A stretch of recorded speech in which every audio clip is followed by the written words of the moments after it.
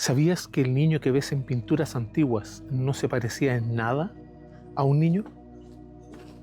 Imagínate entrar a un museo medieval. Caminas frente a un fresco románico o a una tabla gótica temprana y ves una escena sagrada, la Virgen con el niño. Pero espera, ese niño no parece un bebé, tampoco parece un niño como los imaginamos ahora.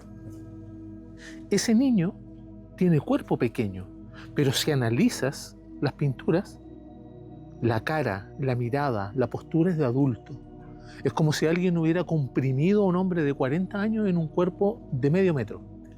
Y lo más sorprendente es que esa imagen no es, por ejemplo, una falta de técnica, falta de rigurosidad en el autor, ni un error. Es una decisión deliberada. ¿Por qué ese adulto en miniatura domina siglos de arte europeo? ¿Qué nos dice de nuestra visión moderna de la infancia? ¿Y qué tiene que ver esto con nosotros hoy, cuando muchos parecen estirar la infancia hasta la adultez? Y ese es el core de este video. Hoy vamos a viajar juntos en el tiempo, a explorar cómo hemos pensado la infancia a lo largo de la historia, qué fuerzas culturales moldearon cada etapa y cómo ese viaje arroja luz sobre la forma en que vivimos, de la forma en que nos desarrollamos, en que amamos y en la forma en que existimos ahora. Primero, quiero aclarar algo. Cuando hablamos de un invento cultural, no estoy diciendo que los niños no hayan existido. Claro que existieron. Los niños, siempre hubo niños. Lo que cambió es cómo los adultos pensaron a los niños y qué significado les dieron. Durante muchísimo tiempo simplemente no teníamos una categoría mental clara para eso, que hoy llamamos infancia. El filósofo e historiador inglés Philip Ariès definió este cambio como un proceso histórico que recién tomó forma en los siglos XVII y XVIII. Antes de ese momento no había una idea de la infancia como etapa psicológica, emocional o cultural separada de la adultez. No era que no hubiera cariño, ni familia, ni cuidado. Eso era parte obviamente de la vida humana y de todo grupo o conglomerado humano. Sino que la forma en que se representaba, se pensaba y se vivía era distinta. En estas pinturas románticas y góticas, por ejemplo, el niño no es un niño, es un símbolo, un homúnculo, que es la eternidad hecha figura pequeña, un adulto espiritualizado en miniatura. El arte medieval no pintaba lo que veían en sus propias casas, sino lo que dictaba su cosmología, los dogmas, las jerarquías e incluso la teología. Ese niño señor teológico no tiene cachetitos rojos, ni mirada curiosa, ni gestos naturales de descubrimiento como lo vemos en los niños, sino que tiene sabiduría, porque lo que se buscaba representar no era una experiencia humana temprana, sino la presencia de la divinidad. Esa es una primera clave. La infancia no estaba separada de la adultez espiritual, porque para ellos no era una realidad psicológica diferenciada. Y ahí es donde nosotros tenemos que hacernos la consulta. ¿Cuándo surge la infancia como una idea separada o como una idea distinta de esto que te acabo de mencionar? Con el barroco empezamos a ver cambios. Los cuerpos, por ejemplo, se humanizan un poco más. La pintura de esa época muestra a niños con más naturalidad, con movimiento, con más espontaneidad. Pero incluso así, todavía hay algo de esa seriedad rígida. Niños vestidos con ropajes complicados. Figuras que parecen poses corporativas, más que juegos espontáneos. Era como una reunión de caballeros, como una reunión de adultos pasada a cuerpos de niños. Y ahí aparece una grieta importante, la diferencia entre infancia en la corte y en las clases populares. En los círculos aristocráticos, el niño es un activo político, educado desde muy temprano para cumplir con roles, etiqueta, jerarquía y deberes. En las clases más trabajadoras, la infancia era más física, si se quiere, más práctica, juegos sencillos, trabajo temprano. transición acelerada a responsabilidades adultas. Se ve como este matiz de el adulto en cuerpo de niño. Ese contraste nos recuerda algo clínico y psicopedagógico importante. El desarrollo humano no está definido solo por la biología, sino que por también prácticas sociales, expectativas culturales, estructura de oportunidades y, por qué no decirlo, normas educativas.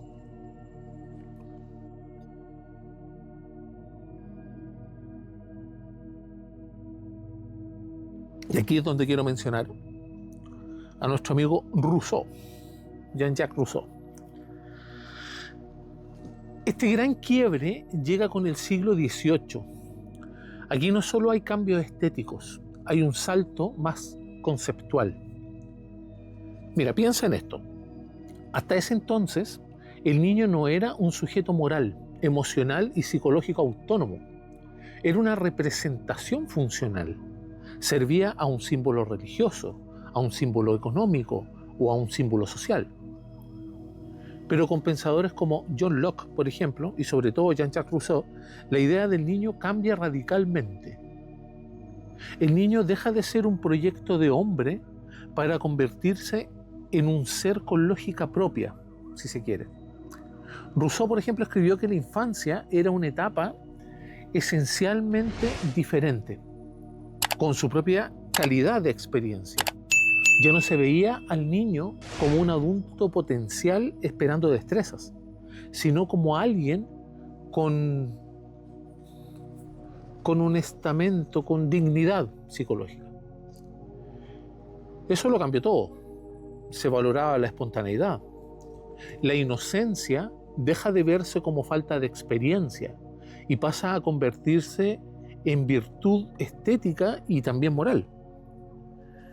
El niño ya no se mira para proyectar valores adultos, sino para recuperar algo que se cree perdido en el adulto, como lo son, por ejemplo, la sencillez, la espontaneidad, la libertad.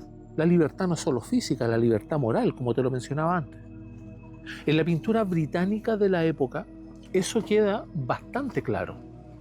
Los niños corren por el campo, están despeinados, abrazan animales, hay un poco más de desenfado en las obras. Ya no son mini adultos perfectos, son seres que tienen curiosidades propias, que tienen sus propios ritmos, que tienen propios gestos incluso. Avanzando ya al siglo XIX, ocurre algo bastante extraño. Mientras la cultura popular eleva la figura del niño a un pedestal simbólico, la Navidad moderna, por ejemplo, el cuarto de juego, la familia centrada en la figura infantil, es como un niño céntrico. La revolución industrial lo arroja a la explotación real. Porque ese viene a ser como un siglo de paradoja, pero absoluta. Por un lado, el niño es ícono de pureza y santidad en el hogar más, si se quiere, burgués. Por otro, es mano de obra barata en fábricas, minas y talleres. De hecho, recordemos que habían filósofos como Karl Marx, incluso padre del marxismo, que crecieron con esa realidad del trabajo infantil y lo consideraban, de hecho, más, casi un deber. Esa contradicción provocó algo que tal vez te resulte familiar desde una mirada más clínica: la tensión entre idealización y explotación. Nuestra sociedad incluso hoy puede idealizar a la infancia como una etapa libre de dolor, tal vez, sin obligaciones, casi utópica. Pero la vida real de muchas infancias siempre estuvo mediada por trabajo, deberes y responsabilidades que no podemos suavizar con historias bonitas. Puede sonar muy trivial, pero incluso el día de hoy hay niños que se tienen que hacer cargo, por ejemplo, de sus hermanos menores e incluso algunas veces de sus hermanos mayores. Ojo con eso. ¿Qué es lo que cambia entonces para que la infancia asuma esta especie de categoría o exista como categoría? Las leyes, la escuela obligatoria, la protección legal, la educación sistemática en este caso, la obligación de estudiar. Nada de esto surgió por casualidad. Fue resultado de tensiones sociales, demandas políticas, luchas culturales que se sostuvieron por bastante tiempo, extempore. Gigantes culturales como Charles Dickens, con sus retratos de injusticias infantiles, por ejemplo, ayudaron a cambiar el imaginario colectivo. El niño merecía una infancia, por ejemplo, protegida, con educación y obviamente con algunos derechos básicos. Esa transformación es la raíz de algo que damos por sentado hoy. La infancia como una fase distinta de la vida humana. No solo un periodo biológico, sino que una esfera emocional, social y psicológica con significado propio. De hecho, hoy en día se considera esta esfera emocional, o esta esfera, incluso podría decir moral, completa, ética, como separada de la sociedad. Porque cuando se hace algún delito a un niño, siendo un ser humano, en una escala más pequeña, biológicamente hablando, tiene una connotación especial. Eso es un ejemplo bastante simple para darse cuenta de ello. Pero aquí vamos a llegar a una pregunta un poco más inquietante. ¿Qué pasa cuando la infancia se idealiza hasta convertirse en un mito moderno? He ahí el problema. Hoy vivimos lo que algunos autores han llamado una puerilización de la cultura. Puerilización de la cultura. No digo que sea malo, por ejemplo, reír, jugar, amar cosas que nos recuerdan la infancia. No. La ironía es que muchas veces el impulso viene de una nostalgia por un tiempo que tal vez nunca existió de la forma que lo imaginamos. Vives en una cultura donde la estética infantil domina el consumo global. Desde las modas y publicidad hasta mundos digitales construidos para mantenerse en un estado psicológico juvenil permanente. Es como si hubiéramos dado la vuelta completa. Antes colonizábamos la infancia con normas adultas estrictas. Ahora muchos adultos se refugian en la infancia como ideal de felicidad inalcanzable. Y esto obviamente trae desviaciones, tanto morales como éticas, intrínsecas en las personas, producto de su vista de la realidad, de su vista de la participación que tienen dentro de este constructo social que tenemos llamado sociedad. Tal vez desde una mirada un poco más clínica, más psicopedagógica, esto no es trivial. Vivir en una cultura que idealiza la infancia, ¿qué es lo que puede conseguir con eso? Confundir tu sentido de identidad y autonomía. ¿Se te vienen a la mente algunas modas que han salido? Impulsar expectativas poco realistas sobre el desarrollo emocional, es decir, hacer dependientes cada vez más a la persona de un ente superior, que en estos días suele ser el Estado. Generar resistencia a enfrentar responsabilidades propias de la adultez. Por eso tienes a varios adultos viviendo aún con sus padres. Reforzar la búsqueda de gratificación inmediata sobre la construcción de significado profundo, el shot de dopamina que hemos hablado en muchos videos. No es que jugar o mantener curiosidad sea malo, no, todo lo contrario. Curiosidad y apertura son virtudes humanas básicas. El ser humano está hecho para ver y repetir. El problema surge cuando la nostalgia se convierte en evasión o cuando buscar mantener una infancia simbólica sirve como excusa para evitar crecer. El crecimiento no es abandonar la alegría o la espontaneidad. Un adulto puede estar jugando perfectamente tirado en el barro con su hijo, sino que es integrar esas cualidades en un yo adulto responsable, capaz de amar sin perder sentido de propósito. El adulto centrado no reniega de la infancia que fue, aprende de ella y la transforma en sabiduría. Un ejemplo bastante burdo, pero si el adulto nunca supo jugar a la pelota, nunca supo jugar fútbol para otros países, no va a saber lo que es que un niño esté jugando y le esté pateando la pelota contra su auto una y otra vez. Se va a enojar.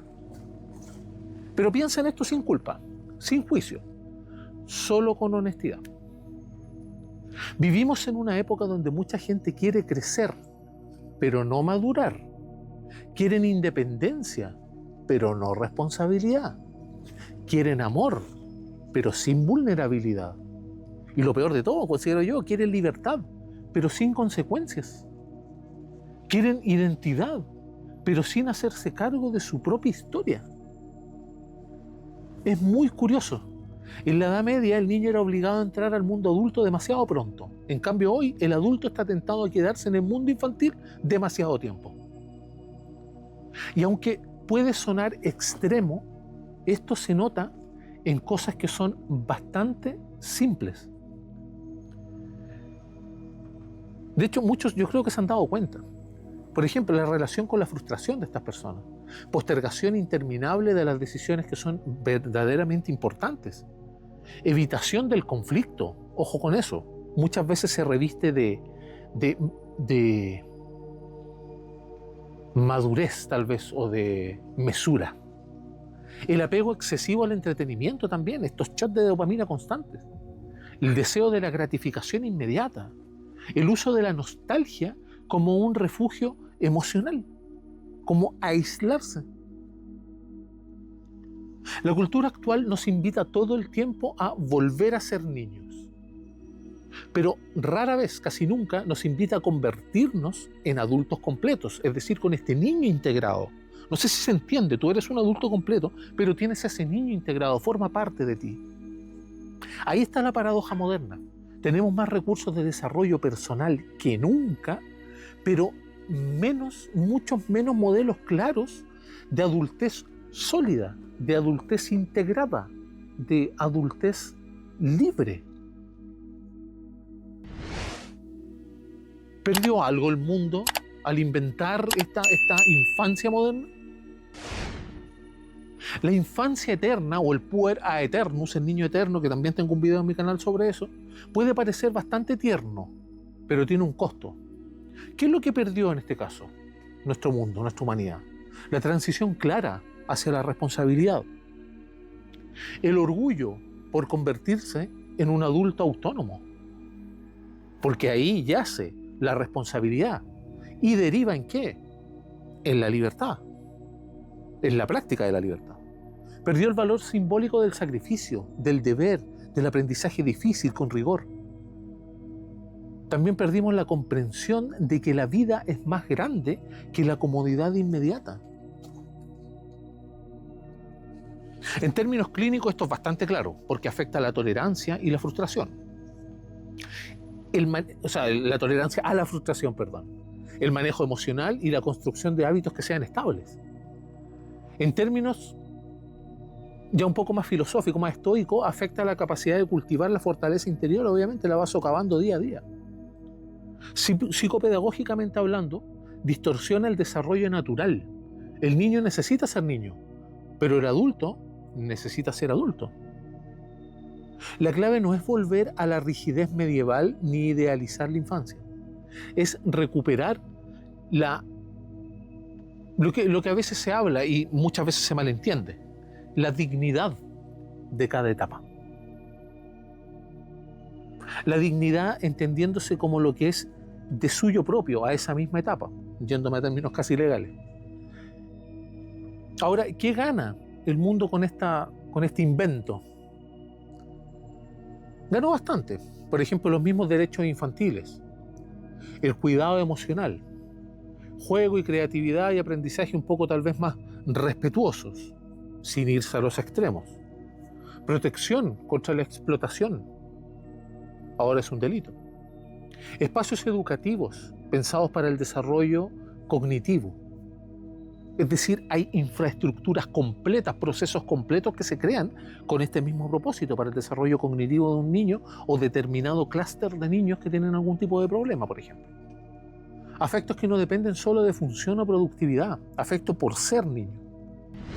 Esa es la parte luminosa y humana del cambio cultural que hubo. Un mundo donde un niño puede jugar es un mundo mucho menos cruel.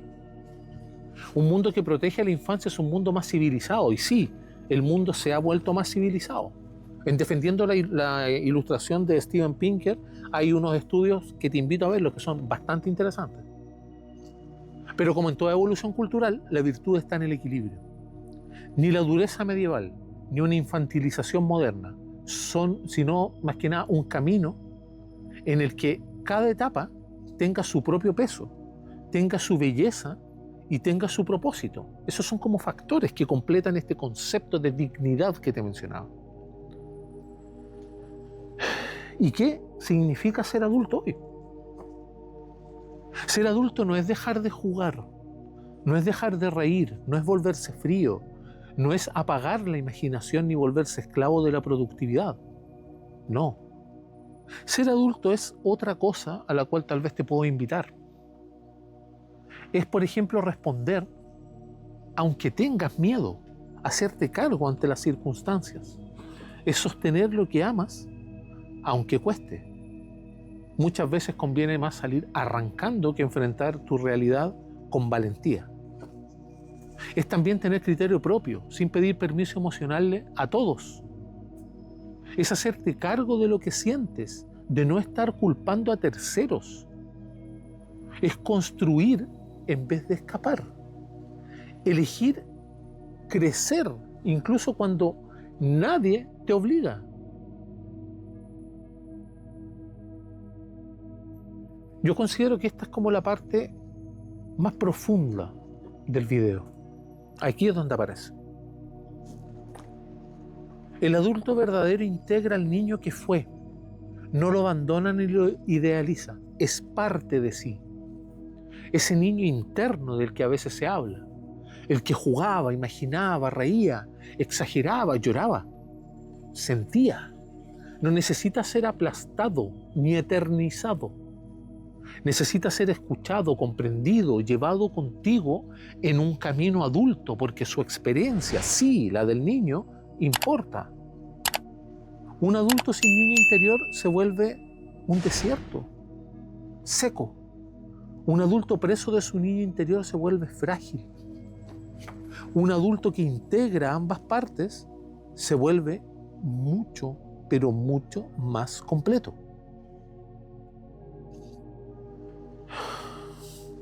Bueno, para no hacer el video más largo, me gustaría terminar con una idea. En la Edad Media representaban a los niños que no parecían niños, porque no entendían la infancia como la entendemos hoy. En la actualidad, muchos viven atrapados en una infancia emocional que, sinceramente, y aunque les duela, ya no les pertenece. La pregunta no es, ¿estamos viviendo como niños o como adultos? No considero que sea una pregunta plausible. Yo creo que la pregunta más plausible, más real, es, ¿estamos viviendo como seres humanos completos o no?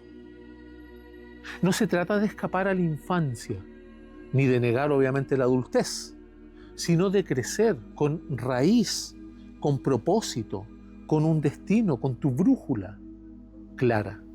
Porque cuando entiendes tu propia historia, tu infancia real y la que hubieras querido tener, cuando miras de frente tus heridas y también tus fortalezas, ahí nace algo nuevo.